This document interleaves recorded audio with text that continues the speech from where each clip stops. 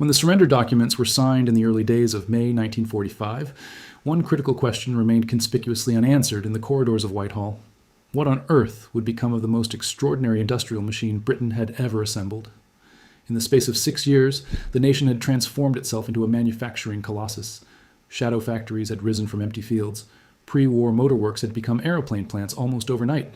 By the final months of the conflict, Britain was producing over 26,000 aircraft per year from facilities stretching from Castle Bromwich in the Midlands to Yeadon in Yorkshire. The war was over, the contracts were cancelled, and 200,000 workers turned up on Monday morning with nowhere obvious to go.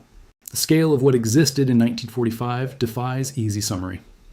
The Ministry of Aircraft Production had overseen the construction or requisition of more than 60 major facilities across the United Kingdom, many of them purpose-built shadow factories erected during the desperate expansion programs of 1936 to 1940.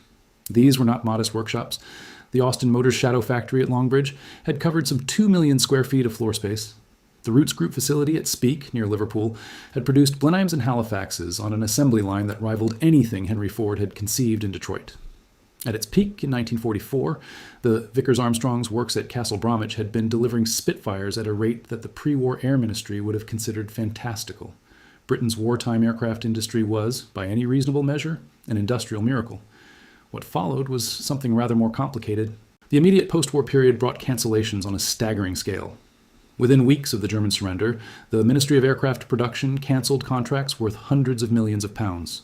Orders for aircraft that would never be built, the Avro Lincoln variants, the late production Halifaxes, the enormous backlog of Mosquitoes, were simply struck through. Factories that had been running 3 shifts around the clock fell suddenly silent. At Castle Bromwich, the production lines that had built over 11,000 Spitfires and over 300 Lancasters were halted mid-flow. Partially completed airframes sat on jigs, awaiting engines and instruments that would never arrive. The government faced a genuinely novel problem. These factories were not privately owned in the traditional sense. Many had been built entirely at public expense under the Shadow Factory scheme, which had enlisted motor manufacturers as operators rather than proprietors. Austin, Roots, Standard, Bristol Rover, and others had managed these facilities on behalf of the state, receiving management fees whilst the Crown retained ownership of the buildings and machinery. Now the Crown had to decide what to do with a vast estate of specialized industrial property in a nation desperate for reconstruction, but uncertain about rearmament. The disposal process fell primarily to the Ministry of Supply, which inherited the MAP's responsibilities in late 1945. Their approach was neither elegant nor particularly swift. At Yeadon, the enormous factory that had built Avro aircraft throughout the war was earmarked for conversion to civilian purposes. The airfield itself would eventually become Leeds Bradford Airport, though the transition took years and considerable bureaucratic friction. At Speke, the Roots factory was handed over for peacetime manufacturing, eventually producing vehicles rather than Halifaxes. The transition from airplane production to motor manufacturing proved more straightforward than many had anticipated. The precision engineering skills and the machine tools were, in many respects, transferable. If you are finding this exploration of post-war industrial history interesting, do consider subscribing for more of these deep dives into the forgotten aftermath of the Second World War. Some factories were returned to their pre-war operators with remarkable speed. The Standard Motor Company's Shadow Factory at Canley was back producing motor cars within months of the armistice. Rover's Solihull facility, which had manufactured Bristol Hercules engines during the conflict, pivoted to the Land Rover, a vehicle that would define the company for decades. In this respect, the Shadow Factory program performed an unintended but significant service to post-war British industry, providing capital infrastructure that private manufacturers could never have afforded during the lean years of the 1930s. Other facilities found no such convenient second life. The vast Napier Aero engine works at Acton, West London, was broken up progressively through the late 1940s and early 1950s. The de Havilland facilities at Hatfield retained a degree of continuity, since de Havilland itself remained active in the jet age. But the wartime dispersal factories, the small subcontract facilities scattered across rural Britain to reduce bombing vulnerability, were among the first to go. Dozens of requisitioned textile mills, furniture factories, and bus garages were simply handed back to their original owners, the machine tools auctioned off, and the workers dispersed. The Ministry of Supply conducted some 14 major disposal sales of aircraft manufacturing equipment between 1945 and 1950, realizing several million pounds in total, though the true replacement value of what was sold dwarfed those figures considerably. The human cost of this industrial demobilization was profound, though it unfolded in the characteristically British manner of quiet hardship rather than dramatic collapse. At Castle Bromwich, employment fell from a wartime peak of 12,000 workers to fewer than 2,000 within 18 months of the war's end. The site was taken over by the Birmingham City Council and later developed as a mixed industrial estate.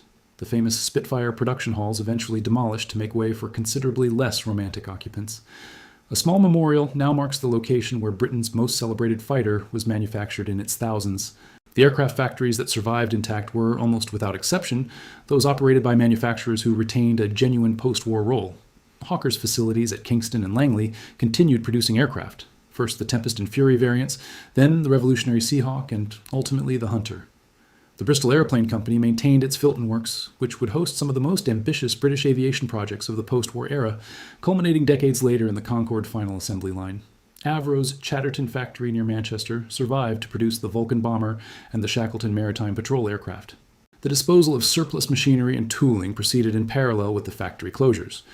The Ministry of Supply sold thousands of precision machine tools to British industry at knockdown prices, a policy that has been credited with partially offsetting the capital investment deficit that plagued British manufacturing in the 1950s.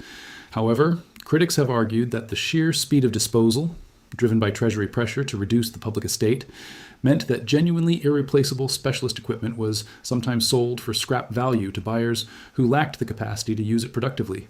The precise accounting of what was lost to hasty disposal will never be fully reconstructed. By 1955, a decade on from the surrender, the transformation was essentially complete. Of the 60-plus major wartime facilities, fewer than 15 remained engaged in aircraft production of any description. The rest had been converted, demolished, or returned to agriculture. The vast shadow factory at Crewe, which had produced Rolls-Royce Merlin engines at an extraordinary rate during the critical years of 1940 to 1944, was retained by Rolls-Royce for the production of motor cars, a conversion that defined Crewe's industrial identity for the remainder of the century. The Merlin jigs were melted down, the Spitfire production lines were gone. An industrial civilization that had required a decade to build had been dismantled in less than 3 years. What survives today does so largely by accident or oversight. The former de Havilland facility at Salisbury Hall in Hertfordshire, where the original Mosquito prototype was constructed in secrecy in 1940, now houses the de Havilland Aircraft Museum, the oldest aircraft museum in Britain. A single production Spitfire, discovered in a corner of a former dispersal site in 1990, required 7 years of restoration before it flew again. At Brooklands in Surrey, one of the original centers of British aviation and wartime aircraft production, the museum preserves fragments of the assembly infrastructure alongside the aircraft themselves. The legacy of Britain's wartime aircraft factories is perhaps best understood not in the buildings that survived, but in the industrial capabilities they created.